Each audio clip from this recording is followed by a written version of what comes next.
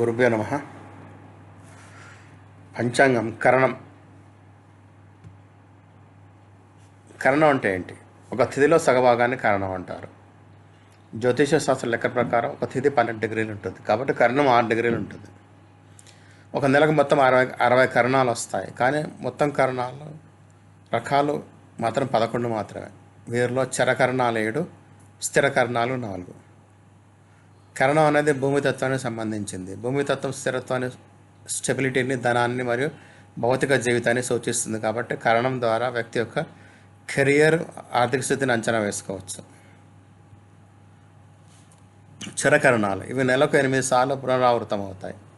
భవ, దీనికి సూర్యుడు అధిపతి, దేవత ఇంద్రుడు. వీరు సమాజంలో మార్పులు తెచ్చే నాయకులుగా ఉన్నత పదవుల్లో లేదా జ్యోతిష రంగంలో రాణిస్తారు. ఉదాహరణకు స్వామి వివేకానంద, ధీరుభాయ్ అంబానీ వంటి వారు. బాలవకరణం అధిపతి చంద్రుడు, దేవత బ్రహ్మ. వీరు సృజనాత్మకత మరియు ప్లానింగ్ మరియు మేనేజ్మెంట్ రంగాల్లో రాణిస్తారు. వీరి కెరియర్లో ఒక పెద్దగా ఒకసారి ఒడిదుడుకులు ఉండవచ్చు. కౌలవ కరణం అధిపతి కుజుడు, దేవత మిత్రుడు. వీరు చాలా ప్రతిష్టాత్మకమైన వారు, అంకిత భావన కలిగిన వారు. వీరి స్నేహితుల నుండి సహకారం లభిస్తుంది. తైతిల కరణం అధిపతి బుధుడు, దేవత విశ్వకర్మ.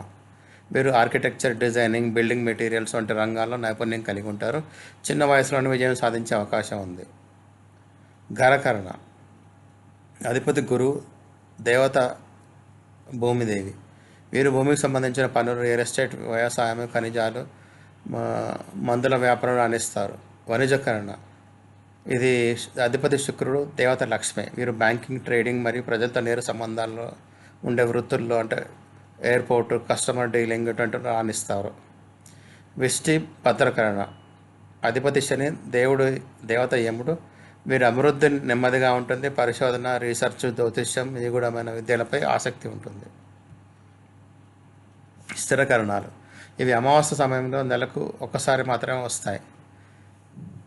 శకుని ఇది అధిపతి రాహు, దేవత కాళి. వీరు చట్టము, లా, వైద్యము, ఎన్జిఓలు లేదా మంత్రశాస్త్రాలు రాణిస్తారు.